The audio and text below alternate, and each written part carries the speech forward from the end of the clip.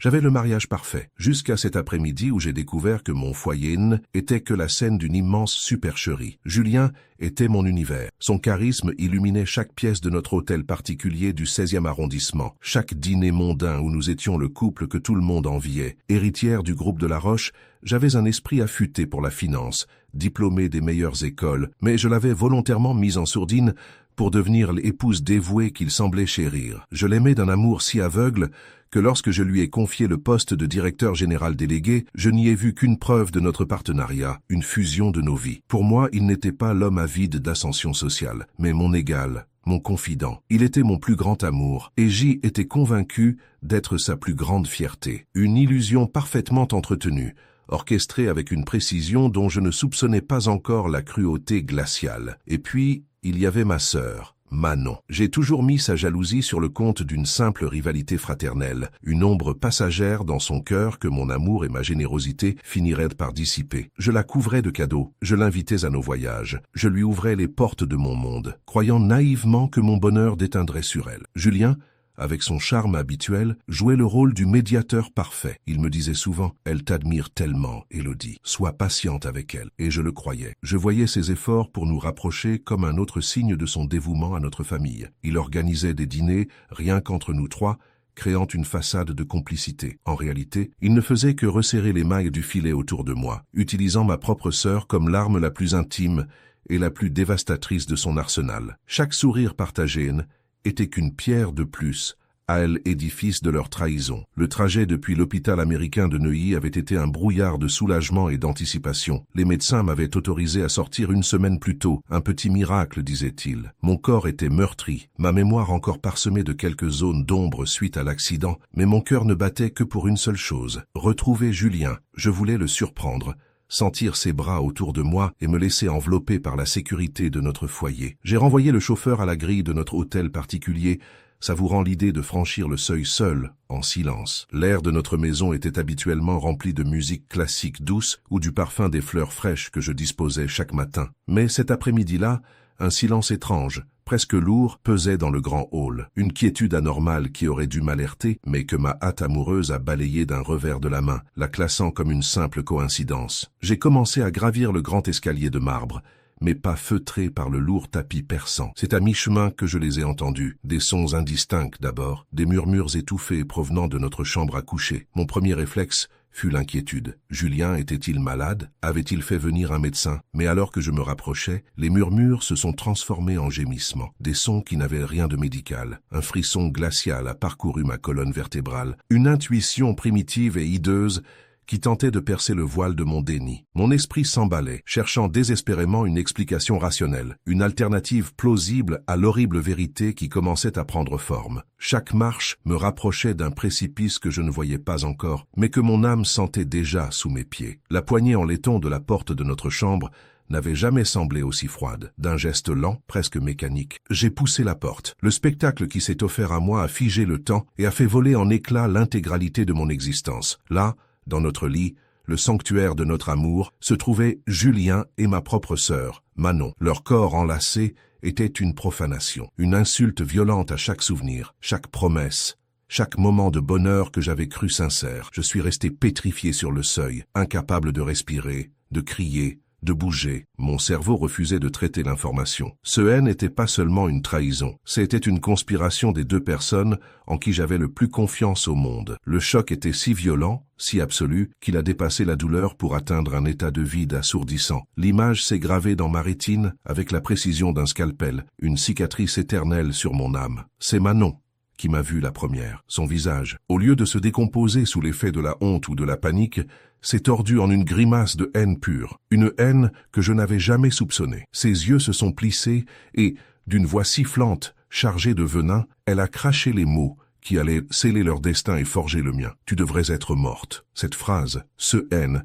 était plus une simple infidélité. C était la clé de tout. Mon accident de voiture, les freins qui avaient lâché, le coma. Tout s'est éclairci dans un flash aveuglant et terrifiant. Il ne voulait pas seulement me tromper, il voulait me éliminer. La douleur fulgurante de la trahison a été instantanément cautérisée par une vague de froid polaire. La femme aimante et naïve qui se tenait sur ce seuil est morte à cet instant précis, assassinée non pas par un accident de voiture, mais par 6 mots. Je n'ai pas crié, je n'ai pas pleuré. Une clarté d'esprit terrifiante s'est emparée de moi. J'ai reculé d'un pas, mes mouvements devenant délibérés, précis. J'ai doucement tiré la porte jusqu'à ce que le loquet s'enclenche avec un léger clic, les enfermant dans leur scène sordide, ignorant encore qu'ils venaient de signer leur propre arrêt de mort. Mon cœur, qui quelques minutes plus tôt débordait d'amour, était devenu un morceau de glace. L'amour, était muet en une résolution froide et implacable. En descendant les escaliers, chaque pas était plus assuré que le précédent. Je ne me dirigeais pas vers le salon pour m'effondrer, mais vers la bibliothèque, mon sanctuaire, le lieu où mon père m'avait tout appris sur la stratégie et le pouvoir. Il m'avait apprise pour une poupée fragile. Ils allèrent découvrir la reine impitoyable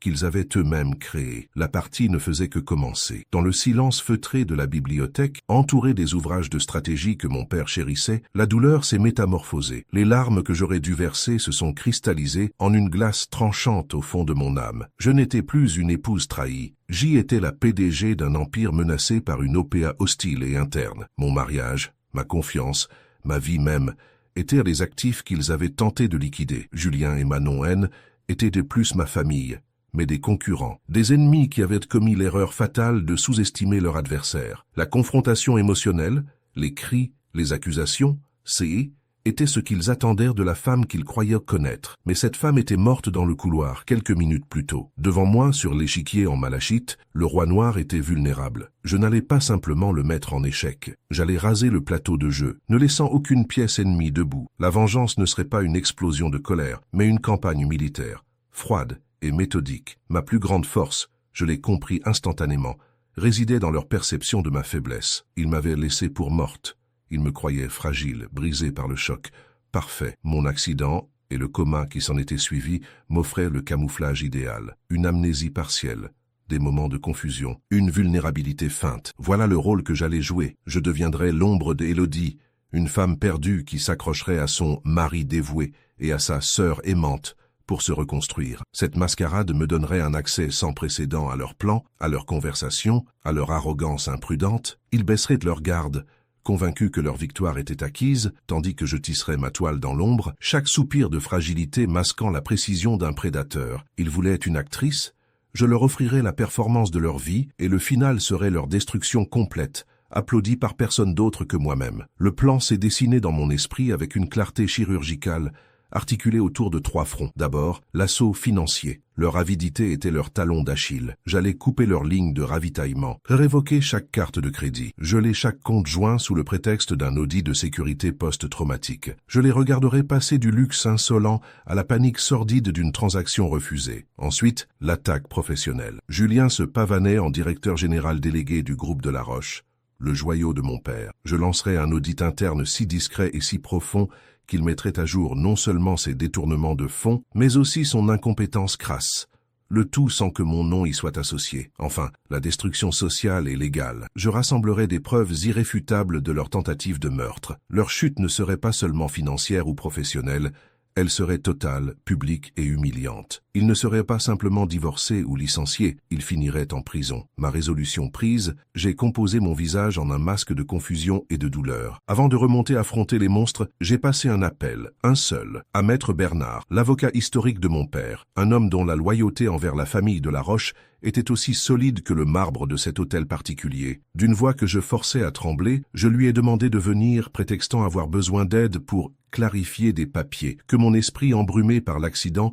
ne parvenait plus à comprendre. Était le premier pion que j'avançais. En raccrochant, un vœu silencieux a pris forme dans mon cœur de glace. Ils m'avaient souhaité la mort. Je leur offrirais bien pire, une vie longue et misérable, où chaque jour serait un rappel cuisant de la femme qu'ils avaient réveillée. La partie des échecs était lancée, et j'avais bien l'intention de la gagner, quel qu'en soit le prix. L'ancienne Élodie était peut-être morte, mais la nouvelle venait de naître, et elle était impitoyable. Je suis retourné dans notre hôtel particulier le lendemain, jouant le rôle de l'épouse brisée avec une conviction qui aurait mérité un Molière. Chaque pas était hésitant, chaque regard était voilé d'une confusion feinte. Je m'accrochais au bras de Julien, le monstre que j'avais épousé, le remerciant d'une voix faible pour sa patience et son soutien. Manon flottait autour de moi, son visage une composition de fausse sollicitude, me servant du thé, arrangeant mes coussins. Il me voyait comme une porcelaine fêlée, une nuisance temporaire qu'il faudrait gérer avant de mettre la main sur l'héritage. Mon esprit, cependant, était un bloc de glace, un supercalculateur évaluant chaque variable,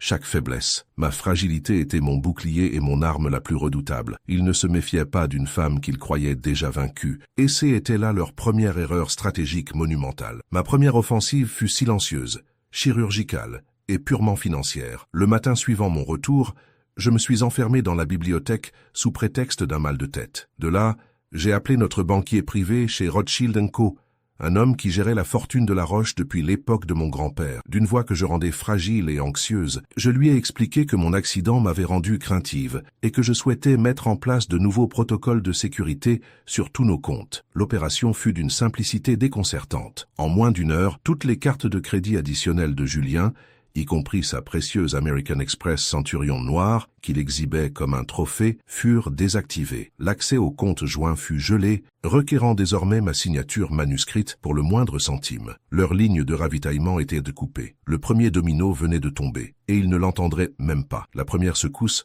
ne s'est pas fait attendre. Le soir même, Julien a tenté de réserver une table dans un restaurant 3 étoiles pour célébrer mon retour. Je l'ai observé depuis le salon, le voyant froncer les sourcils au téléphone. Puis il est venu vers moi, son visage une étude de contrariété masquée. « Chérie, il semble y avoir un souci avec la carte. Ils disent qu'elle est refusée, sans doute une erreur de la banque. » J'ai levé les yeux de mon livre, affichant une mine d'innocence et de confusion. « Oh, vraiment ? C'est étrange. Le banquier m'a parlé de mesures de sécurité. J'ai du mal comprendre avec ma fatigue. » « Ne t'en fais pas, nous commanderons quelque chose. » Son sourire était crispé. Il ne pouvait pas me blâmer. Pas encore. Il me croyait trop stupide, trop diminué pour orchestrer quoi que ce soit. Son arrogance était mon allié la plus fidèle. L'étape suivante nécessitait un professionnel. Maître Bernard, mon avocat, m'a mis en contact avec un homme nommé Moreau. Ancien de la DGSE, la direction du renseignement extérieur, Moreau était un fantôme, un expert en surveillance dont la discrétion était légendaire. Notre rencontre eut lieu dans un salon privé du Lutetia. Il ne ressemblait pas à un espion de cinéma. Il avait l'apparence d'un comptable méticuleux, avec des yeux qui voyaient tout. Je lui ai exposé la situation sans la moindre inflexion émotionnelle. Je ne voulais pas de la pitié, je voulais des résultats. Sa mission, transformer mon foyer en une forteresse de surveillance. Des micros dans chaque pièce,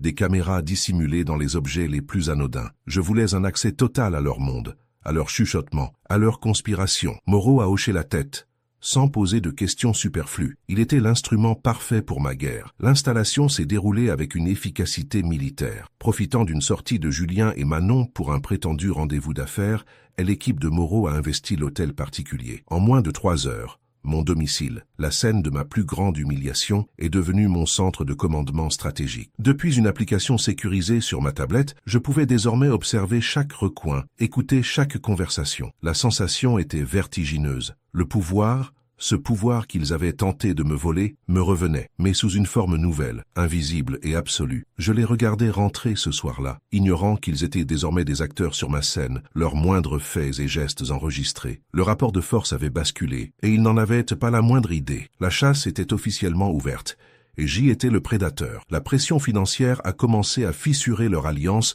bien plus vite que je ne l'avais espéré. Manon, dont le style de vie dépendait entièrement de la générosité de Julien, est devenue irritable. Un après-midi, je les ai écoutés se disputer dans le dressing via le micro dissimulé dans un vase. Elle voulait une nouvelle parure de chez Chaumet. Il lui a répondu, la voix tendue, que ses finances étaient temporairement bloquées. Sa réplique fut cinglante. Temporairement ?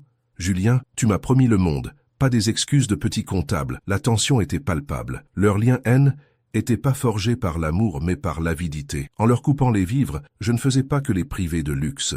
Je sciais la branche sur laquelle leur conspiration reposait. Chaque transaction refusée était une goutte de poison dans leur relation. Parallèlement, j'ai entamé une campagne de guerre psychologique, une série de piqûres d'épingles destinées à les déstabiliser. Je jouais avec leurs nerfs en utilisant ma prétendue amnésie comme une arme. Un soir, au dîner, j'ai oublié le nom du vin préféré de Julien, celui qu'il commandait toujours, pour ensuite me souvenir avec une clarté parfaite d'une anecdote humiliante sur Manon datant de notre enfance. Je déplaçais subtilement des objets dans le bureau de Julien, juste assez pour qu'il doute de sa propre mémoire. Je fredonnais des chansons qui avaient une signification particulière pour lui et moi, le regardant échanger des regards mal à l'aise avec ma sœur. Je voulais qu'ils se sentent comme des intrus dans leur propre complot, constamment sur le qui-vive, hantés par la femme qu'ils pensaient avoir effacée. Le front professionnel fut le suivant. J'ai organisé une réunion au siège du groupe de La Roche avec 2 membres du conseil d'administration, des alliés indéfectibles de mon père. Je leur ai joué la comédie de l'héritière traumatisée, soudainement consciente de ses responsabilités. Mon accident m'a fait réaliser à quel point la vie est fragile, et l'entreprise aussi, leur ai-je murmuré. Je pense qu'il est prudent de lancer un audit complet de toutes les opérations, en particulier celles supervisées par Julien, juste pour être sûr que tout est en ordre. Ils ont immédiatement accepté, voyant cela comme un signe de ma maturité nouvelle. L'audit fut lancé en secret, confié à un cabinet externe réputé pour son intransigeance. Le piège se refermait sur Julien, non seulement à la maison, mais aussi dans le lieu même de son ambition dévorante. La surveillance a rapidement porté ses fruits. Une nuit, alors qu'il se croyait seul dans le petit salon, le micro caché derrière un tableau a capté une conversation d'or. Julien, furieux à cause de l'audit qu'il venait d'apprendre, se plaignait à Manon. « C'est la vieille garde, j'en suis sûr. Ils ne m'ont jamais accepté. Ils fouinent partout. » Puis, il a ajouté la phrase que j'attendais. « Heureusement que j'ai bien caché les transferts pour le projet en Suisse. Ils ne trouveront jamais rien. » J'ai sauvegardé l'enregistrement. Un sourire glacial aux lèvres. C était la première preuve tangible, la première brique de leur futur tombeau judiciaire. Il ne s'agissait plus de soupçons, mais de faits. Et j'allais en collectionner beaucoup d'autres. Leur aveuglement était stupéfiant. Dans leurs discussions, ils n'ont jamais, pas une seule fois, envisager que je puisse être à l'origine de leurs ennuis. L'audit, les directeurs qui détestaient Julien, les comptes bloqués, la paranoïa des banquiers après mon traumatisme. À leurs yeux, J était une non-entité, un fantôme errant dans les couloirs de ma propre vie. Leur perception de moi comme une femme faible et écervelée était le pilier de leur confiance. Ils cherchaient un ennemi puissant et visible, un rival à leur mesure. Ils ne pouvaient concevoir que la menace la plus mortelle était celle qu'ils bordaient chaque soir, lui souhaitant une bonne nuit avec un baiser empoisonné sur le front. Cette erreur de jugement signait leur perte. Pour accentuer la pression, j'ai orchestré l'étape suivante. J'ai demandé à Maître Bernard de convoquer Julien pour la signature de documents relatifs à la réorganisation de mon patrimoine personnel suite à l'accident. C était un prétexte. Les documents en question concernaient la liquidation d'actifs communs, des investissements que nous possédions à parts égales. Assise à côté de lui dans le bureau de l'avocat, j'ai joué mon rôle à la perfection, posant des questions naïves, l'air complètement perdu. Il a signé chaque page avec une condescendance à peine voilée, pensant me manipuler. En réalité, il signait l'abandon de millions d'euros, asséchant encore plus ses ressources, et le rendant de plus en plus dépendant de fonds qu'il n'avait plus. Chaque paraphe était un clou de plus dans son cercueil financier. La frustration de Manon a atteint un point de non-retour. Coupée de l'argent facile, elle est devenue une furie. L'un des enregistrements les plus savoureux fut celui d'une dispute d'une violence inouïe. « Tu m'avais promis que je serais la reine ici », hurlait-elle. « Je suis coincée à jouer l'infirmière pour cette idiote amnésique, pendant que toi, tu perds le contrôle de tout. Je ne peux même plus faire les boutiques sur l'avenue Montaigne sans craindre que ma carte soit refusée. » La réponse de Julien fut tout aussi venimeuse, pleine de mépris pour sa superficialité. Leur grand amour, passionnel, né dans le secret et la trahison, se décomposait en une vulgaire querelle pour de l'argent. J'y écoutais, impassible, analysant la désintégration de leur alliance comme un chimiste observe une réaction volatile. Puis, une nuit, j'ai obtenu ce que J était venu chercher. La preuve ultime. Ils étaient dans la bibliothèque, pensant que J était endormi, probablement aidé par les somnifères que Manon insistait pour que je prenne. Leur voix était basse, chargée de peur et de ressentiment. La pression de l'audit rendait Julien nerveux. C'est Manon qui a craqué la première. On n'aurait jamais dû faire ça, a-t-elle sifflé. Et si elle se souvient de quelque chose? Julien a tenté de la rassurer avec une arrogance glaciale. Elle ne se souviendra de rien. Les freins ont été sabotés par un professionnel. C était un accident parfait. Notre seule malchance, c'est qu'elle ait survécu. J'ai retenu mon souffle, mon cœur battant non pas de peur, mais d'une joie froide et pure. Je les avais. L'enregistrement était limpide. La tentative de meurtre était avouée. J'ai immédiatement transféré le fichier audio sur un disque dur crypté, puis sur un cloud sécurisé, avant de l'envoyer à Maître Bernard. Cet enregistrement changeait la nature de la guerre. Il ne s'agissait plus d'un divorce pour faute ou d'une fraude financière. C était devenu une affaire criminelle. Ma vengeance ne serait pas seulement la ruine sociale et financière, elle serait la privation de leur liberté pour les décennies à venir. J'ai appelé mon avocat au petit matin. Ma voix n'avait plus rien de fragile. Elle était nette, précise, comme la lame d'une guillotine. « Maître, ai-je dit, nous passons à la phase finale. J'ai leur confession. Je veux qu'ils soient arrêtés, et je veux que cela se fasse publiquement. » Oh, avec la preuve irréfutable en ma possession, une étrange sérénité s'est emparée de moi. Je continuais à jouer mon rôle de convalescente, mais une nouvelle autorité émanait de moi, une confiance tranquille, que mes ennemis, trop absorbés par leurs propres problèmes, ne percevaient pas. Je les observais se débattre, s'accuser mutuellement, paniquer face aux conséquences de leurs actes. Ils étaient devenus pitoyables.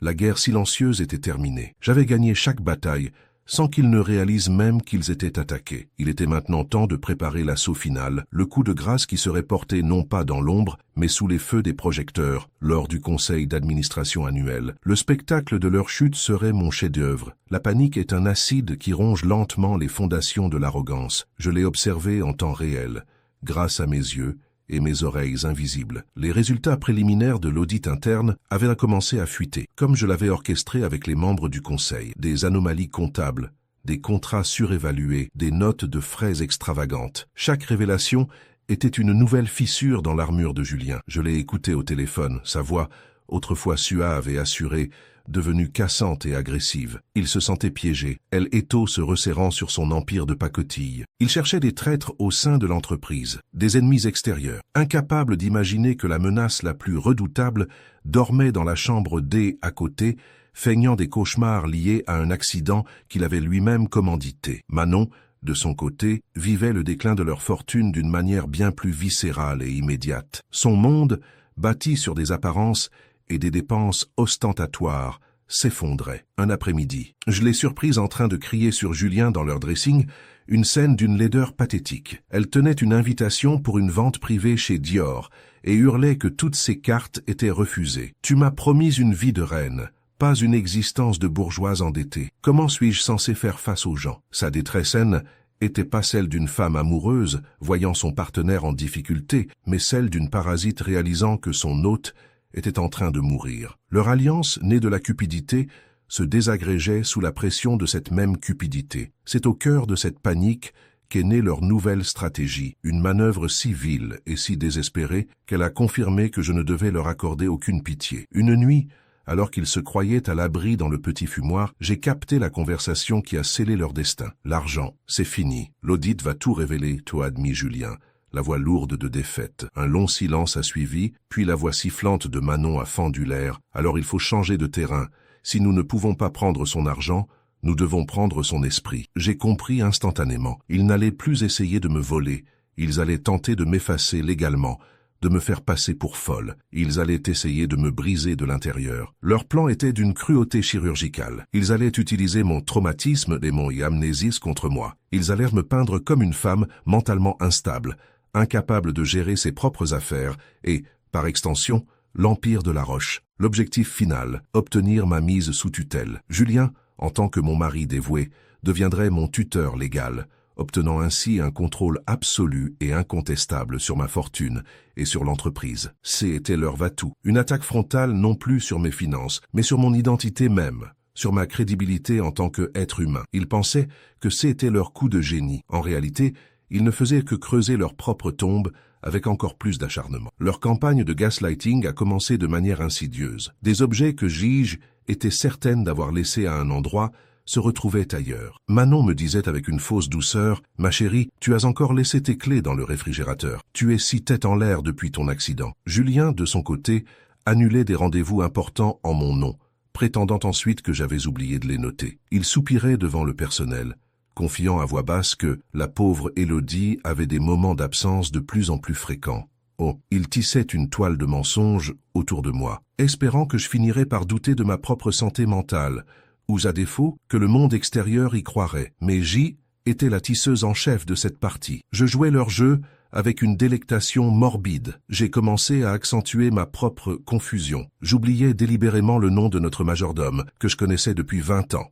Je posais plusieurs fois la même question au dîner. Je les regardais échanger des regards triomphants au-dessus de mon assiette, convaincu que leur plan fonctionnait à merveille. Chaque faux pas que je simulais était une invitation pour eux à s'enfoncer plus profondément dans leur conspiration. Ils me prenaient pour une marionnette dont ils tirèrent les ficelles, sans voir que c'était moi qui tenais les leurs, les guidant inexorablement vers le précipice que j'avais préparé pour eux. Pour que leur plan réussisse, il leur fallait un allié médical, une caution professionnelle. C'est là que Moreau, mon enquêteur, a prouvé une fois de plus sa valeur inestimable, alors que Julien commençait à mentionner, un excellent psychiatre qui pourrait m'aider? Moreau menait déjà l'enquête. Le nom du docteur Lemoine est rapidement apparu. Un psychiatre réputé du 8e arrondissement, mais avec une faiblesse secrète, des dettes de jeu colossales et une addiction au cercle de poker clandestin. Il était la cible parfaite, vulnérable, corruptible et désespérément en quête d'argent facile. Julien n'a pas eu à chercher bien loin pour trouver une âme damnée prête à vendre son éthique professionnelle. La transaction fut rapide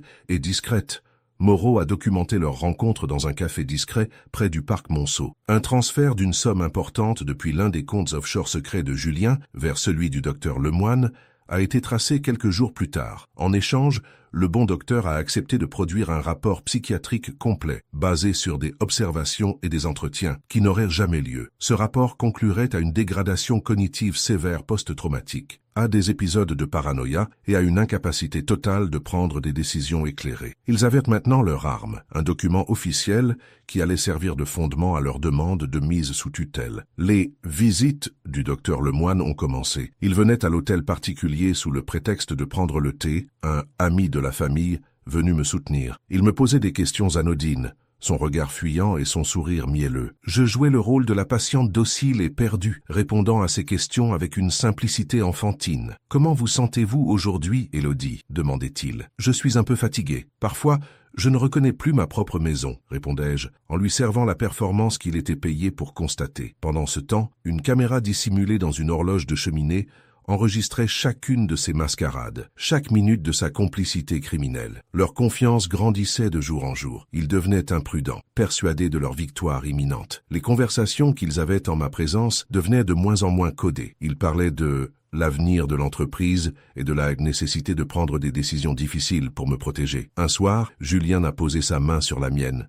Son visage une caricature de sollicitude. « Chérie, nous allons devoir prendre les choses en main pour toi. Tu n'es plus en état de supporter tout ce stress.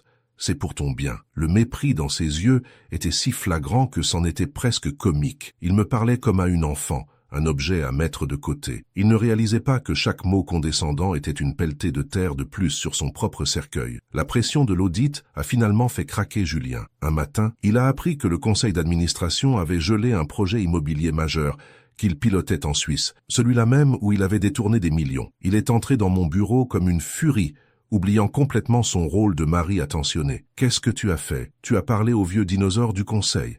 a-t-il hurlé, son masque tombant enfin. Je l'ai regardé avec de grands yeux innocents. « De quoi parles-tu, Julien ? Je ne comprends pas. » Sa fureur s'est heurtée à mon mur de fausse fragilité, le rendant encore plus fou de rage. Il a serré les poings, et c'est là qu'il a commis son erreur fatale. S'approchant de moi, il a baissé la voix, la transformant en un murmure menaçant. « Tu ferais mieux de te calmer et de rester tranquille, Élodie. Tu es très fragile en ce moment. On ne voudrait pas que tu aies un autre malheureux accident. Les escaliers peuvent être si glissants. » Ce N était plus une suggestion, C était une menace de mort, à peine voilée. Mon sang s'est glacé, non pas de peur, mais d'une satisfaction triomphale. Le micro dissimulé dans mon stylo-plume sur le bureau avait tout capté. C était la pièce manquante, le lien direct entre leur complot et une menace physique explicite. Il venait de me donner la corde pour le pendre. Le lendemain, Maître Bernard m'a appelé. Sa voix était grave. « Élodie, ils ont déposé la demande. Julien Dubois a officiellement demandé votre mise sous tutelle auprès du juge des tutelles, avec à l'appui un rapport psychiatrique du docteur Lemoine. L'attaque était devenue officielle. La guerre n'était plus confinée aux murs de notre hôtel particulier ou aux salles de réunion du groupe. Elle était désormais sur la place publique, dans l'arène judiciaire. Ils avaient tiré leur dernière carte, pensant m'acculer. Ils ne savaient pas que était exactement ce que j'attendais. J'avais besoin que leur trahison soit documentée, officielle, incontestable. Ne faites rien pour l'instant, maître, lui ai-je répondu avec un calme qui l'a surpris. Laissez la procédure suivre son cours. Ne la contestez pas. Il y a eu un silence à l'autre bout du fil. Mais Élodie, c'est extrêmement risqué. Si le juge, je l'ai interrompu doucement. Ils pensent qu'ils sont en train de me mettre en cage. En réalité, ils ne font que marcher dans celle que je leur ai tendue. Le conseil d'administration annuel a lieu dans une semaine. C'est là que tout se jouera, pas dans un tribunal, mais devant notre monde entier. J'avais décidé que leur chute ne serait pas une affaire privée, mais un spectacle public, une leçon mémorable pour tous ceux qui oseraient un jour me sous-estimer. La semaine qui a précédé le conseil d'administration fut surréaliste. Julien et Manon se comportaient comme les nouveaux maîtres des lieux. Ils prenaient des décisions en mon nom, réorganisaient le personnel, parlaient déjà de vendre l'une de nos propriétés en Provence. Leur arrogance était sans limite. Il me traitait avec une pitié condescendante, me demandant si j'avais bien pris mes médicaments, ces mêmes somnifères que je jetais dans les toilettes chaque soir. Je les laissais s'enivrer de leur victoire illusoire, savourant chaque instant de leur ignorance. Plus leur chute serait haute, plus le bruit de leur impact serait satisfaisant. J'ai passé mes journées enfermé dans la bibliothèque, officiellement pour me reposer loin de l'agitation. En réalité, je coordonnais l'assaut final avec Maître Bernard et Moreau. Nous avons compilé chaque preuve dans une présentation multimédia dévastatrice. Les enregistrements audio de leur confession sur le sabotage des freins, la vidéo de la transaction entre Julien et le docteur Lemoine, les relevés des comptes offshore, la menace de mort à peine voilée de Julien. Chaque fichier était une bombe à retardement, prête à exploser au moment que j'aurais choisi. Moreau a organisé la dernière pièce du puzzle. Il a pris contact avec le commissaire principal de la police judiciaire, un homme intègre et ami de longue date de mon père. Il lui a présenté un résumé du dossier. Le commissaire, horrifié par la nature du complot, a immédiatement accepté de coopérer.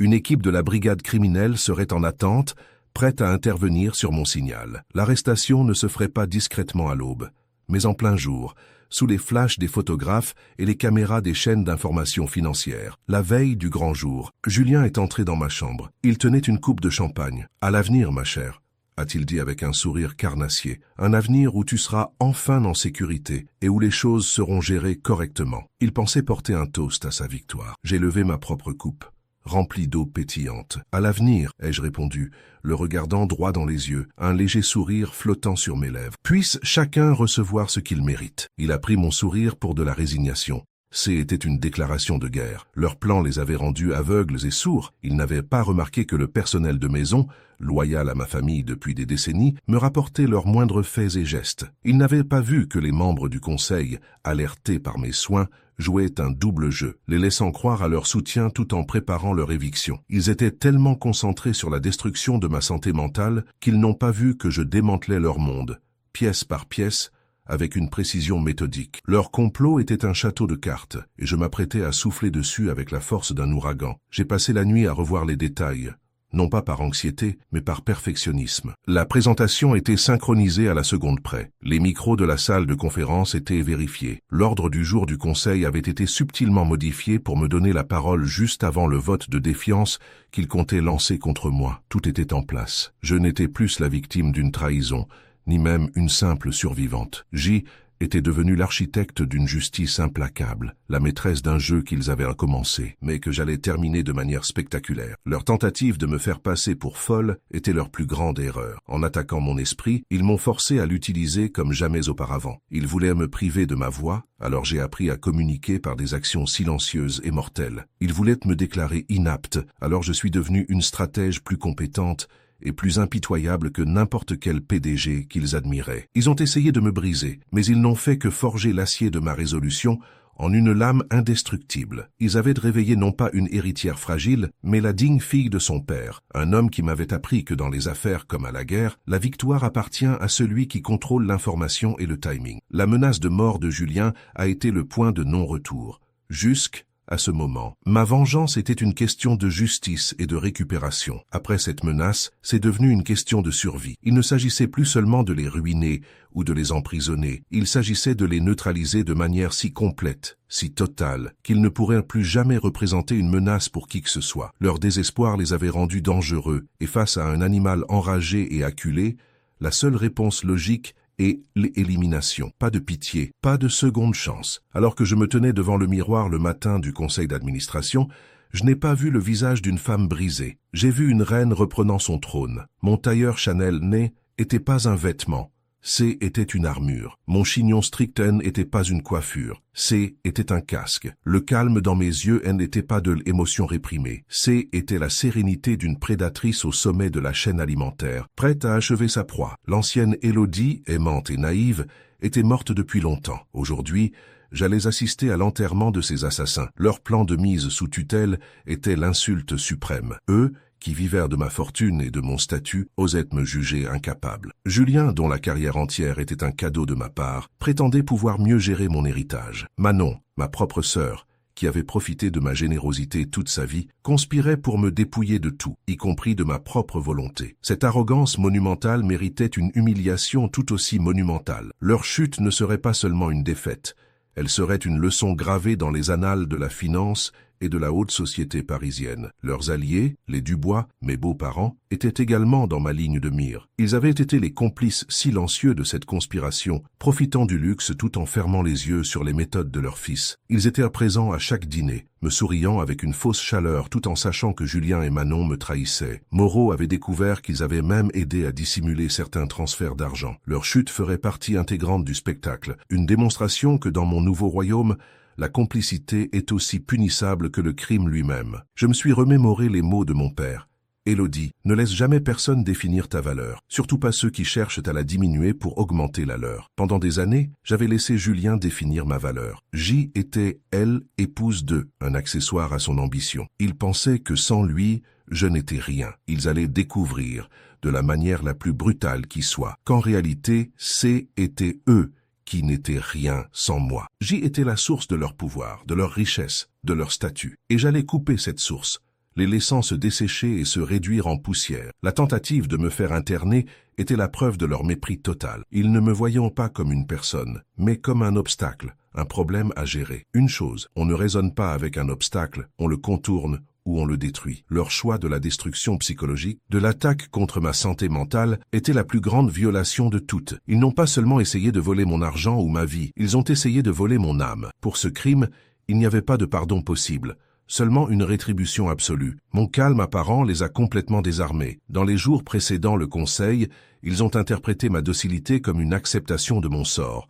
Manon m'a même dit, en me servant mon thé, « Tu verras, ma chérie, c'est mieux ainsi, moins de soucis pour toi. » Leurs petites victoires quotidiennes, comme signer des documents à ma place ou donner des ordres au personnel, les ont rendus euphoriques. Ils ne voyaient pas que je les laissais prendre de la hauteur pour que leur chute soit d'autant plus vertigineuse et définitive. Chaque document qu'ils signaient était une preuve de plus pour le dossier d'accusation. La menace de Julien dans le bureau a tout changé. Elle a transformé une guerre froide en une confrontation directe. Il m'a montré qu'il était prêt à aller jusqu'au bout, à finir ce qu'il avait commencé avec les freins de ma voiture. Cette escalade a justifié la mienne. Ma réponse devait être à la hauteur de sa menace, non seulement défensive, mais préventive. Je devais les anéantir avant qu'ils n'aient une autre chance de me faire du mal. La vengeance-haine était plus seulement une question de satisfaction. Ça était une nécessité pour ma propre survie. Je me suis senti étrangement détaché, comme une chirurgienne préparant une opération complexe. Émotion n'avait pas sa place. La haine, la douleur, la tristesse, tout cela avait été sublimé en une pure énergie stratégique. Mon cœur ne battait pas plus vite. Mes mains ne tremblaient pas. Mon esprit était un lac de glace, clair et profond. Je n'agissais pas par colère, mais par logique. Ils étaient une tumeur maligne au sein de mon entreprise et de ma vie. Le seul traitement était l'excision totale, sans laisser la moindre cellule derrière. Leur erreur fondamentale fut de confondre ma gentillesse avec de la faiblesse. Ils ont vu mon amour comme de la naïveté, ma confiance comme de la stupidité. C'est une erreur que beaucoup d'hommes comme Julien commettent. Ils sous-estiment la force tranquille des femmes qu'ils cherchent à contrôler. Ils ne comprennent pas que la même passion qui peut nourrir un amour inconditionnel peut, une fois trahi, alimenter une vengeance d'une intensité et d'une précision qu'ils ne peuvent même pas concevoir. Ils voulaient une épouse trophée, ils ont réveillé une impératrice guerrière. En montant dans la voiture qui m'emmenait vers le siège du groupe de La Roche, j'ai eu une dernière pensée pour la femme que Gigi était, celle qui aurait pleuré, qui aurait crié, qui aurait cherché une réconciliation. Je l'ai remerciée pour son amour, même s'il était mal placé, et je lui ai fait mes adieux. Elle n'aurait pas survécu à cette guerre, elle était une victime. Moi, était une survivante, et aujourd'hui, j'allais devenir une légende. Le trajet s'est fait en silence. Dehors, Paris défilait, indifférent au drame qui allait se jouer. Pour le monde, C.E. était un conseil d'administration, comme un autre. Pour moi, ça a été le jour du jugement. Julien et Manon étaient déjà sur place, se pavanant, accueillant les membres du conseil, jouant leur rôle de futurs dirigeants. Ils ne savaient pas qu'ils étaient que les têtes d'affiche d'un spectacle dont ils n'avaient pas lu le script. Le rideau allait se lever sur leur dernier acte, et j'avais écrit chaque ligne de leur tragédie. Je suis entré dans la salle du conseil d'administration de l'avenue Montaigne comme on entre dans une arène, non pas en tant que victime, mais en tant que gladiatrice prête pour le coup de grâce final. L'air était lourd d'une tension feutrée, les membres du conseil affichant des mines graves et concernées. Au centre de cette toile d'araignée, Julien et Manon rayonnaient. Ils me regardaient avec une pitié condescendante, convaincus que J était une agnelle menée à l'abattoir, une femme mentalement diminuée qu'ils allaient charitablement écarter du pouvoir. Julien m'a même offert son bras pour m'aider à monter sur l'estrade, un geste théâtral pour parfaire son image de mari dévoué. Je l'ai accepté avec un sourire fragile, savourant l'ironie. Il ne me guidait pas vers ma chute, mais vers son propre échafaud. Il était si aveuglé par son arrogance qu'il ne voyait pas la hache que je tenais derrière mon dos. Julien a pris la parole le premier, sa voix empreinte d'une fausse solennité, évoquant ma santé fragile et la nécessité de protéger l'entreprise des turbulences. C'était mon signal. D'un geste discret, j'ai activé la présentation sur ma tablette. « Merci, Julien, pour cette touchante sollicitude. » Ai-je commencé, ma voix soudainement claire et forte, faisant sursauter l'assemblée. Cependant, avant de discuter de ma santé, parlons de la santé financière du groupe. Sur l'écran géant derrière moi, les chiffres sont apparus. Des graphiques, des tableaux, des flèches rouges, traçant des millions d'euros détournés de nos projets vers des comptes offshore en Suisse. Le nom de Julien était partout. Les murmures stupéfaits ont rempli la salle. Le visage de Julien est passé de la confiance à la confusion, puis à une panique naissante. Le premier acte de sa tragédie venait de commencer. Certains pourraient penser que ces anomalies sont le fruit d'une mauvaise gestion, ai-je poursuivi, mon ton devenant plus glacial à chaque mot. Mais il s'agit d'une démarche bien plus délibérée. Une démarche qui nécessitait non seulement de voler l'entreprise, mais aussi de neutraliser sa principale actionnaire. Une nouvelle image a remplacé les graphiques, une photo prise par Moreau, montrant Julien dans un café,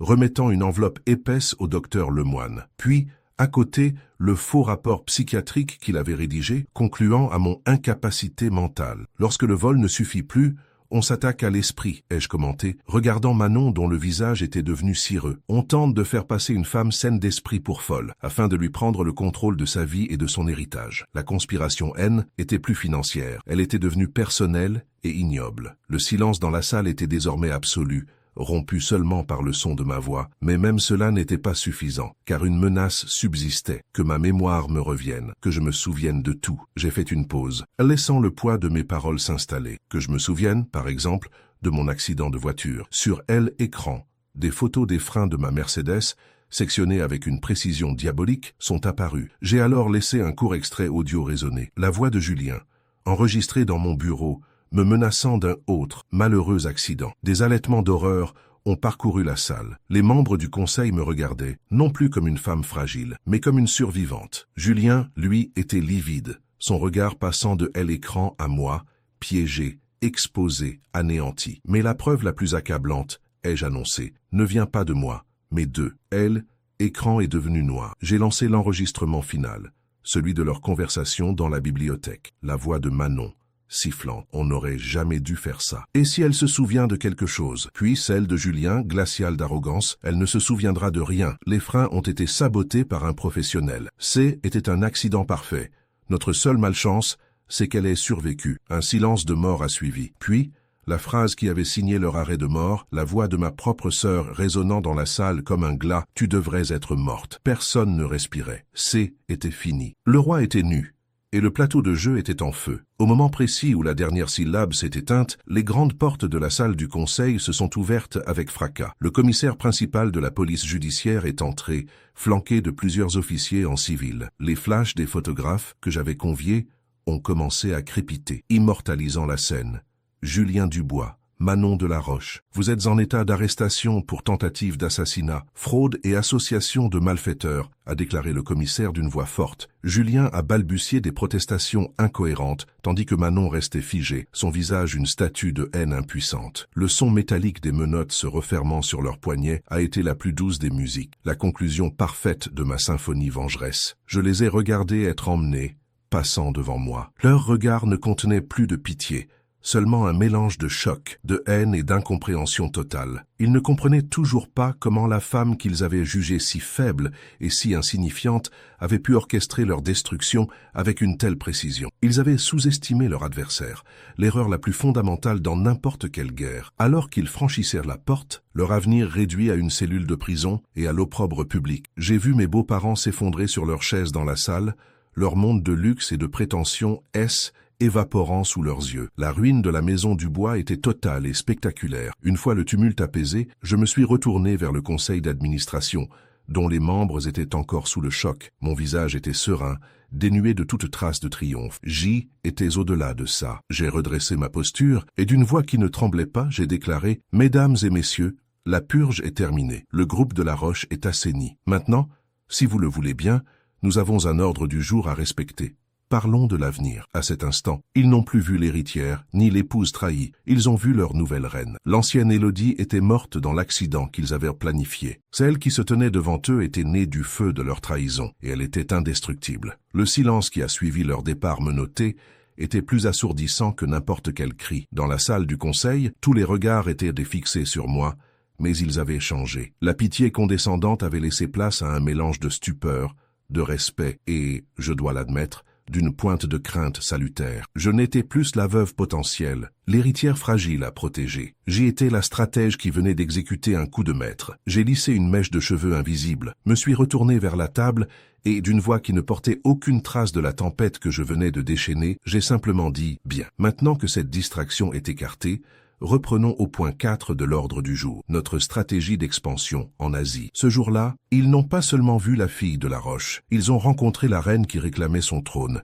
et personne n'a osé contester sa légitimité. La tempête médiatique fut instantanée et cataclysmique, mais était une tempête que j'avais moi-même semée et que je contrôlais entièrement. Les titres des journaux financiers et des tabloïds se déchaînaient. Le scandale de la Roche, trahison, fraude, et tentative d'assassinat. Ça, l'héritière bafouée orchestre, une chute spectaculaire. Mon équipe de communication, briefée par mes soins, a distillé une narrative précise, celle d'une femme d'affaires brillante, forcée de sortir de l'ombre pour protéger l'héritage de son père contre une conspiration interne. Je n'étais pas présenté comme une victime cherchant vengeance, mais comme une leader protégeant son empire. L'opinion publique, avide de récits de pouvoir et de justice, m'a érigé en héroïne. Mon image publique a été forgée dans le feu de leur trahison, émergeant plus forte et plus respectable que jamais. Le procès fut une formalité macabre, une conclusion inévitable à la montagne de preuves que j'avais accumulées. Julien et Manon, dépouillés de leur superbe, de leurs vêtements de créateurs et de leur arrogance, ressemblaient à des enfants perdus dans la salle d'audience. Leur tentative de défense était pathétique, leurs mensonges transparents face aux enregistrements limpides et aux preuves financières irréfutables. Le verdict est tombé sans surprise, de longues peines de réclusion criminelle pour tentative d'assassinat avec préméditation, fraude aggravée et association de malfaiteurs. En entendant leur sentence, je n'ai ressenti ni joie ni tristesse, juste la satisfaction tranquille d'une équation résolue, d'un dossier classé. Leur chapitre dans ma vie était officiellement et judiciairement clos. Ma justice ne s'arrêtait pas aux principaux coupables. Les complices devaient également payer. La famille Dubois, mes beaux-parents qui avaient profité du luxe en fermant les yeux, a été ruinée. Les poursuites civiles que j'ai lancées les ont dépouillés de tous les biens mal acquis. Ils sont devenus les parias de la société qu'ils avaient tant aspiré à intégrer. Un rappel vivant des conséquences de la cupidité. Le docteur Lemoine, quant à lui, a été radié de l'ordre des médecins. Son nom traîné dans la boue et faisant face à ses propres accusations pour faux témoignages et complicité. J'avais méticuleusement déraciné chaque mauvaise herbe de mon jardin, m'assurant qu'aucune ne pourrait jamais repousser. La propreté de l'opération était totale. Ma nomination au poste de présidente directrice générale du groupe de la Roche ne fut pas débattue. Elle fut acclamée à l'unanimité par le conseil d'administration. Les mêmes hommes qui, quelques mois plus tôt, me considéraient comme une simple figure décorative, voyant désormais en moi une visionnaire impitoyable. Ils avaient été témoins de ma capacité à anticiper, à planifier et à exécuter avec une précision chirurgicale. Ils ne me donnaient pas le pouvoir. Ils reconnaissaient celui que j'avais toujours possédé, mais que j'avais choisi de dissimuler par amour. La transition fut un couronnement, non un combat. J'ai accepté le poste avec la gravité qu'il méritait, consciente que je ne reprenais pas seulement un titre, mais que je forgeais une nouvelle dynastie. Mon premier jour en tant que PDG fut symbolique. J'ai fait vider entièrement le bureau de Julien, cet espace qu'il avait redécoré avec un luxe ostentatoire pour asseoir son autorité illégitime. J'ai ordonné une purge silencieuse mais efficace de tous les cadres qu'il avait placés, non pour leurs compétences, mais pour leur loyauté envers lui. Je les ai remplacés par les talents les plus brillants de l'entreprise, des personnes que son ego avait maintenues dans l'ombre. Mon message était clair. L'ère de la complaisance, du népotisme et de la médiocrité était terminée. Le groupe de la Roche redevenait une méritocratie, dirigée par une femme qui ne tolérait rien de moins que l'excellence absolue. Le respect de mes employés n'a pas été demandé. Il a été gagné en une seule journée. Contrairement à Julien, qui pillait l'entreprise pour son profit personnel, j'ai réinvesti chaque centime de ma fortune personnelle pour la consolider. Ma première décision majeure fut audacieuse. L'acquisition d'une start-up technologique suisse spécialisée dans l'expérience client de luxe, une démarche que le conseil, trop conservateur, avait rejetée sous Julien. En 6 mois, cette acquisition a révolutionné notre service hôtelier et a fait grimper la valeur de nos actions de 30%. J'ai prouvé que mon nom N était pas seulement un héritage, mais une marque de fabrique pour l'innovation et le succès. Je n'ai pas seulement sauvé l'empire de mon père, je l'ai fait entrer dans le 21e siècle, le rendant plus puissant et plus riche qu'il ne l'avait jamais été. La femme que j'y étais avant, celle qui trouvait son bonheur dans l'amour d'un homme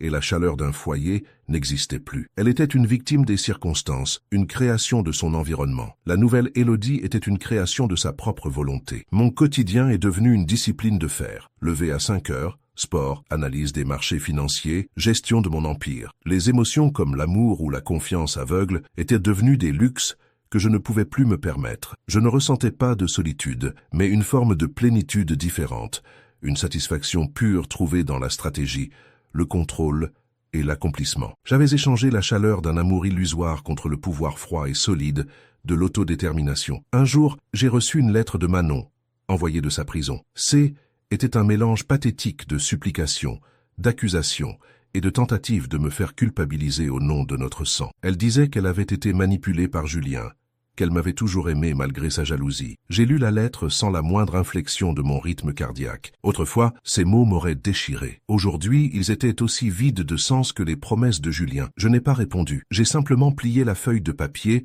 et les jeté dans la cheminée de mon bureau, regardant les flammes consumer les derniers vestiges de notre sororité. Son existence était devenue une note de bas de page sans importance dans la grande histoire de ma vie. L'hôtel particulier, théâtre de ma plus grande humiliation, est devenu le symbole de ma résurrection. J'ai congédié tous les décorateurs et j'ai orchestré sa transformation moi-même. Le style opulent et chargé, choisi par Julien pour impressionner, a été remplacé par un minimalisme puissant et élégant. Des murs blancs, des œuvres d'art contemporain audacieuses, du mobilier aux lignes pures. J'ai fait abattre le mur de la chambre où je les avais trouvés pour créer une immense salle de sport personnelle avec une vue imprenable sur Paris. J'ai effacé chaque trace de leur passage, non pas pour oublier, mais pour affirmer que cet espace, comme ma vie, était désormais définie uniquement par mes propres termes. Ce N était plus un foyer. C était mon quartier général. Quelques mois plus tard, à Genève, j'ai finalisé le rachat d'un concurrent qui avait tenté une OPA hostile sur le groupe des années auparavant. Assise en face de son PDG, un homme connu pour son agressivité, je l'ai démantelé point par point, en anglais, en allemand, puis en mandarin, exposant chaque faiblesse de sa position. Il s'attendait à négocier avec une héritière. Il a fait face à une prédatrice. À la fin de la réunion, il a signé la vente sans condition, son regard mêlant défaite et un respect à contre-cœur. Le monde des affaires avait appris la leçon. Mon nom, de la Roche, N, était plus seulement synonyme de luxe et d'héritage, mais de pouvoir absolu et d'une intelligence redoutable. Ce soir, depuis mon bureau qui surplombe la ville lumière, je ne pense plus à eux. Leur souvenir s'est estompé, comme une mauvaise fièvre qui a fini par tomber. Ils ont essayé de m'enterrer, ignorant que J était une graine. Ils ont tenté de me consumer par le feu, sans réaliser qu'un phénix ne meurt jamais dans les flammes. Il y renaît. Je n'ai pas simplement survécu à leur trahison. Je l'ai utilisé comme un carburant pour devenir la femme que j'étais destinée à être, libre, puissante et seule maîtresse de mon destin. Ils voulèrent ma mort, mais ils m'ont offert une nouvelle vie, bien plus grande et plus éclatante que celle qu'ils avaient essayé de m'arracher. Et pour cela, d'une manière froide et ironique, je pourrais presque les remercier.